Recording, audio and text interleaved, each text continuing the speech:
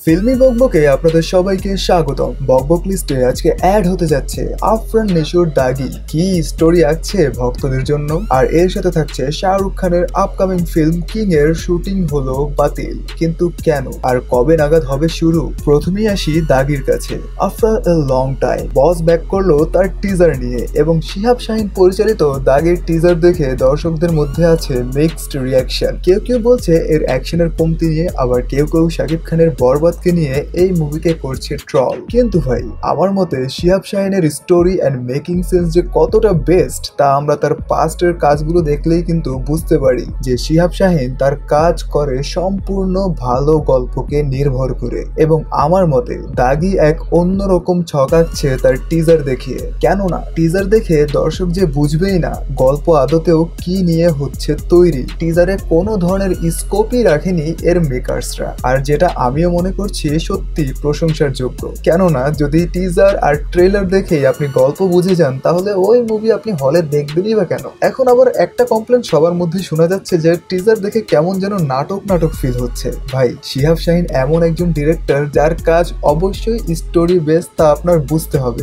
এখন কথা হচ্ছে এইখানে চালাকিটা মূলত কি করেছে তা আগে বলি। আপনি বরবাদের টিজার দেখে তো বুঝেছেন যে এটা সম্পূর্ণই একটা অ্যাকশন টাইপ ফিল্ম। এখন কথা হচ্ছে দাগিও যদি সেম কাজটাই করতো তাহলে দর্শকের মধ্যে একটা কনফিউশন তৈরি হতো, এবং সবাই যে কোনো একটা মুভি দেখলে পরেরটা দেখার তেমন কোনো ইচ্ছা প্রকাশ করতো না। কিন্তু দাগির টিজার দেখে দর্শক অবশ্যই চাইবে যে দেখি আফরান নিশোর বাবা তার স্টোরিতে কি মিন করেছে, বা জেলে যাওয়ার পর তার স্টোরিটা আদতেও কি নিয়ে তৈরি হয়। ওই যেমনটা সুরঙ্গে হয়েছিল আর কি, যে টিজার দেখে অতটা না জমলেও মুভি পুরো জমিয়ে দিয়েছে। এখন এক্সপেক্টেড স্টোরিটা কি নিয়ে হতে পারে তা আগে বলি। দেখুন টিজার দেখে স্টোরি সম্পর্কে আজ তো পাওয়া গেছে, যা হলো এখানে আফরান নিশো সম্ভবত তার জীবন নিয়ে একটু হেলাফেলা টাইপ থাকে আর কি, এবং যার ফলস্বরূপ তার বাবা তাকে বলে জীবনের লক্ষ্যগুলো খুঁজে বের করতে, এবং জীবনের লক্ষ্য খুঁজতে গিয়ে সে পড়ে চরম বিপাকে। যার মধ্যে আমার যেমনটা মনে হয় যে কোনো এক মিথ্যা কেসে তাকে ফাঁসানো হয়, এবং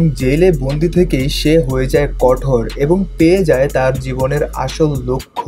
আর সে বুঝে যায় যে একবার যে জেলে যায় তার জীবনের একটা দাগ লেগে থাকে, এবং এই দাগ তাকে বয়ে বেড়াতে হয় সারা জীবন ধরে। এখন কথা হচ্ছে বয়ে বেড়াক, সে তো অনেকেই বেড়ায় তাই না, কিন্তু কথা হচ্ছে সিনগুলো লক্ষ্য করলে দেখবেন যে জনগণ নিশুকে সাপোর্ট করছে, এবং সেই সিনটায় আফরান নিশুর লুক দেখলে বোঝা যায় যে এখন সে অনেক বড় মাপের গ্যাংস্টার। যার মিন এইটাই যে জেলে থেকে নিশু পেয়ে গেছে তার জীবনের আসল লক্ষ্য, আর জেল থেকে বের হওয়ার পর সে এমন কিছু করে যাতে করে পাবলিক তাকে ফুল সাপোর্ট করে, আর পাবলিকের যে কোনো প্রয়োজনেও সে নিজে ঝাঁপিয়ে পড়ে। এবং ইন্টারেস্টিংলি এখানে নিশুর তিনটা লুক দেখানো হয়েছে, যার মধ্যে দুইটাই কিন্তু জেইলে। সো এক্সপেক্ট করা যায় অ্যাকশন কম হলেও স্টোরির কারণে বাজিমাত করবে নিশুর দাগি। আর সত্যিকার অর্থে টিজারে অ্যাকশন কম দেখাতেই পারে, টিজার আর কত বড়ই হয় বলুন। ট্রেইলার রিলিজ হলে এর স্টোরি নিয়ে আরো বিস্তর জানা যাবে। সো টিজার দেখে জাজ না করি, আর শিহাব শাহিন এবং নিশুকেও হালকাভাবে না নি, কেননা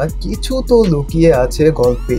আর আমার মতে বরবাদ এবং দাগি দুইটাই বেস্ট হবে এই ঈদে। আপনার ধারণা কি জানাতে ভুলবেন না যেন। আর এইদিকে শাহরুখ খানের মোস্ট অ্যাওয়েটেড ফিল্ম কিং এর শুটিং হলো পোস্টপন। মেনলি কিং এর শুটিংটা শুরু হতে যাচ্ছিল এই মে মাসেই, এবং লোকেশন হিসেবে আপাতত চুজ করা হয়েছে ইন্ডিয়া এবং ইউরোপকে। কিন্তু এখন পোস্টপন হওয়ার পিছনে রিজন কি? ওয়েল, রিজন হিসেবে জানা যায় কিং এর যে স্ক্রিপ্টটা চুজ করা হয়েছিল তা এখনো পারফেক্ট বলে মনে করছে না ডিরেক্টর সিদ্ধার্থ আনন্দ, এবং তিনি ডিসিশন নিয়েছেন যে তিনি আবার স্ক্রিপ্টটায় তার ফাইনাল টাচ দিবেন, এবং যার ফলস্বরূপ এখন শুটিং ডিলে করেছেন তিনি। আর ডিরেক্টর সিদ্ধার্থ আনন্দ যে গল্প নিয়ে কতটা স্ট্রিক্ট তা আমরা পাঠানের ব্যাক স্টেজের কথা শাহরুখ খানের কাছ থেকেই শুনেছি। সো আশা করাই যায় শাহরুখ খানের আরো একটা 1000 crore ইজ লোডিং। এবং শুটিং শুরুর ব্যাপারে জানানো হয় যে কিং এর শুটিং জুন থেকে আবার শুরু করার প্ল্যান করছে এর মেকার্সরা। এবং বলে রাখা ভালো